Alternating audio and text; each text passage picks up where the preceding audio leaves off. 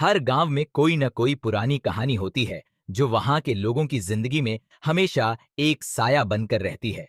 ऐसी ही एक कहानी है भूतिया हवेली की। यह कहानी एक खंडहर में छिपी भूतिया हवेली की है जो गांव के बच्चों के लिए हमेशा से आकर्षण का केंद्र रही है। इस हवेली में छिपे रहस्यों और खौफनाक घटनाओं की कहानी सुनने के लिए हर कोई तैयार रहता है। गांव का परिचय, गांव का नाम राधापुर था। यह गांव अपने प्राकृतिक सौंदर्य और शांत वातावरण के लिए प्रसिद्ध था, लेकिन गांव के लोग इस हवेली के कारण हमेशा भयभीत रहते थे। हवेली गांव के बाहर एक घने जंगल के बीच स्थित थी। सुनसान होने के कारण वहां जाने की हिम्मत कोई नहीं जुटा पाता था। हवेली का इतिहास। इस हवेली का निर्माण लगभग 100 साल पहले हुआ था। यह हवेली एक धनी जमींदार की थी जो अपनी पत्नी के साथ वहां रहता था।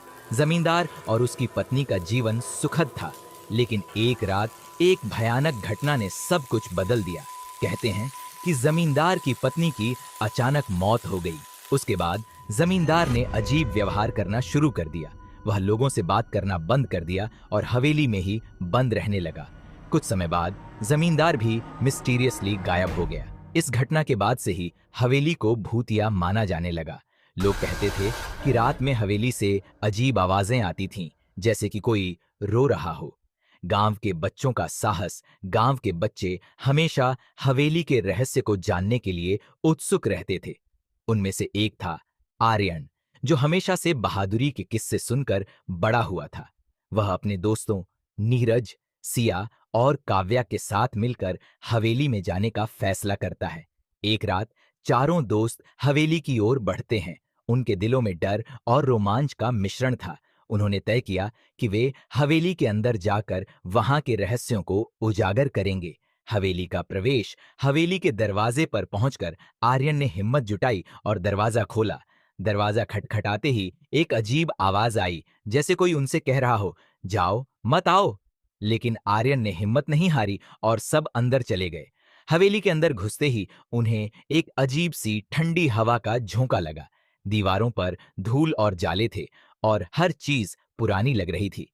चारों ने एक दूसरे की ओर देखा और फिर आगे बढ़ने का निर्णय लिया। हवेली के अंदर की रहस्यमय बातें। जैसे ही वे हवेली के अंदर और गहरे गए, उन्हें कुछ अजीब चीजें दिखाई देने लगीं। दीवारों पर पुराने चित्र लगे हुए थे, जिनमें जमींदार और उसकी पत्नी की तस्वीरें थीं। लेकिन एक तस्वीर में जमींदार की आंखें जैसे उन्हें देख रही थीं।